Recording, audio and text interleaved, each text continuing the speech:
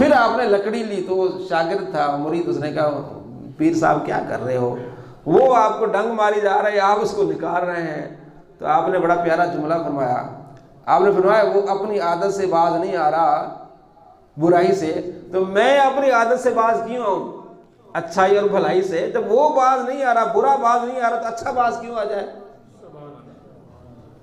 تو اللہ نے فرمایا محبوب کہ میرے محبوب کے محبوب ابو بکر ایسا نہ کرو، تم نے غریبوں کو دینا ہے۔ پھر اللہ نے مسلمانوں کو حکم دیا ان الذین، وہ لوگ جو یرمون المحصنات المؤمنات الغافلات المؤمنات، وہ لوگ جو پاک دامن مومن عورتوں پر تہمتیں لگاتے ہیں، لعنوا فی الدنیا والآخرہ، دنیا و آخرت میں لعنت ہے، دنیا اور آخرت میں ان پر کیا ہے؟ لعنت ہے۔ جو انجان بیچاری ایک بیٹھی ہے گھر میں، اسے پتہ ہی نہیں ہے، آپ نے میسج کر کے اس کو بیچاری کو خراب کیا ہوا ہے۔ آج کل پتہ کیا کرتے ہیں، میڈیا کا زمانہ ہے، نیچے ویڈیو کسی اور کی، تصویر کسی اور کی۔ تصویر میں تو فوٹو شاپ، میں اس کا ماسٹر ہوں، میں خود فوٹو شاپ استعمال کرتا ہوں۔ وہ کیا ہوتا ہے؟ وہ یہ ہوتا ہے کہ تصویر کسی اور کی، آپ چہرہ کسی اور کا لگا لیں، تو وہ اس طرح کر کے لوگوں کو بلیک میل کرتے ہیں۔ اللہ فرماتا ہے جو کسی مومن عورت کو اس طرح اس پر تہمتیں لگائیں، اس پر دنیا میں بھی لعنت ہے اور آخرت میں بھی لعنت ہے، وَلَهُ عَذَابٌ عَظِيمٌ، اس کے لیے بہت بڑا عذاب ہے۔ یہ سمجھایا گیا کہ آج رک جاؤ ان کاموں سے، یوم تشہد، پھر وہ جب دن آئے گا نا، آج نہیں رکیں گے، آج نہیں باز آئیں گے، وہ دن بھی آئے گا، تشہد علیہم السنتہم، اس دن تمہاری زبانیں تمہارے خلاف گواہی دیں گی، وَأَيْدِيهِمْ، اور تمہارے ہاتھ تمہارے خلاف گواہی دیں گے، وَأَرْجُلُهُمْ، تمہارے پاؤں تمہارے خلاف گواہی دیں گے۔ اب کیا کرو گے؟ بِمَا كَانُوا يَعْمَلُونَ، جو تم کام کرتے رہے ہو۔ تو اللہ نے بڑی سختی سے منع فرمایا کہ معاشرے میں آپ رہتے ہیں، اونچ نیچ ہوتی ہے، آپ ان چیزوں کو نہ پھیلائیں، نیکی کا کام کریں، نیکی کا حکم دیں، نیکی کے کاموں میں شامل ہو جائیں۔ یومئذ، اس دن، یوفیہم اللہ دینہم الحق، اللہ تمہیں پورا پورا بدلہ دے گا، جو جس نے جتنا حصہ ڈالا ہے نا، اچھائی میں جتنا ڈالا ہے ملے گا، برائی میں جتنا ڈالا ہے ملے گا، کمی کوئی نہیں ہوگی۔ آپ یہ نہ کہیں کہ بھلائی کا زمانہ نہیں ہے، یہی تو زمانہ ہے بھلائی کا۔ کہتے ہیں نا کہ یار بھلائی کا زمانہ نہیں ہے، جب بھلائی کرو تو پھر یہ ہوتا ہے، ڈنگ مارتے ہیں۔ وہی حضرت ابوبکر کے ساتھ بھی ایسا ہوا ہے، اللہ نے فرمایا نہیں، آپ نے بھلائی کرنی ہے، بھلائی کا زمانہ تو یہ ہے، لیکن جو بھی آپ مسکرا کے ملنا، یہ نبی علیہ السلام فرماتے صدقہ ہے، اس کا بھی تمہیں قیامت میں اجر ملے گا۔ تو اس دن اللہ فرماتا ہے تمہیں پورا پورا ملے گا۔ وَيَعْلَمُونَ، وہ جان لیں گے کہ ان اللہ، بے شک اللہ هو الحق المبین، وہی سچا مالک اور خالق ہے۔ الخبیثات للخبیثین، اللہ نے جواب دیا اس منافق کو، عبداللہ بن ابی جو منافق تھا، جس نے ساری کہانی گھڑی تھی اپنی طرف سے۔ اللہ فرماتے ہیں خبیث عورتیں خبیث مردوں کے لیے ہوتے ہیں، والخبیثون للخبیثات، خبیث مرد خبیث عورتوں کے لیے ہوتے ہیں، والطیبات للطیبین، پاک دامن پاک مردوں کے لیے ہوتی ہیں۔ بتایا کہ میرا نبی پاک ہے، تو میرے نبی کی جو بیوی وہ بھی کیا ہے؟ پاک ہے۔ والطیبون للطیبات، اور پاک مرد پاک عورتوں کے لیے ہوتے ہیں۔ اولئک، یہ سارے مبرؤون، پاک اور صاف ہیں، جو تمہیں الزام لگائے سب سے یہ پاک ہیں، مما یقولون، جو تم کہتے ہو، جو تم کہتے ہو ان سب سے یہ پاک ہیں۔ لہم مغفرۃ ورزق کریم، ان کے لیے بخشش ہے اور بہت عزت کی جگہ ہے۔ تو حضرت عائشہ رضی اللہ تعالیٰ عنہ سے ان کی والدہ نے کہا اٹھ کھڑی ہو، حضور کے قدموں کو جا کے چھو لے، خدمت کر لے۔ انہوں نے کہا پہلے تو میں رب کی بارگاہ میں جاؤں گی نا، جس نے مجھے یہ انعام دیا۔ پیار ہوتا ہے بیوی میں، کہتا ہے اس کی بات تو بعد میں ہے نا، تو مجھے تو بری رب نے کیا ہے، میں تو رب کی حمد کروں گی۔ اب چاہے وہ نبی اور امتی کی بات نہیں ہوتی، وہ ایک میاں بیوی کا جو ایک بات ہوتی ہے۔ تو یہ ایک واقعہ تھا جو میں نے آپ کو سنایا، شاید آپ نے نہیں سنا ہوگا۔ اس میں بہت سارے لوگ غلط فہمیاں ڈالتے ہیں اور ہمارے نبی کی بیوی پر بہت غلط الزامات لگاتے ہیں، تاکہ میں نے آپ کو بتایا تاکہ آپ کو اصل واقعہ معلوم ہو، کل اگر ایسا کوئی بندہ بات کرے تو آپ اس کو اچھی طرح جواب بھی دے سکیں۔ اور قرآن میں یہ واقعہ موجود ہے، اس میں بہت بڑی چیز کیا ہے؟ معاشرے کی اصلاح ہے، کہ جو آپ ایسی بات سنیں اس پر کان نہ دھریں، نہ ایسی باتوں میں آپ پڑیں۔ اللہ تبارک و تعالی ہمیں خوش نصیب فرمائے۔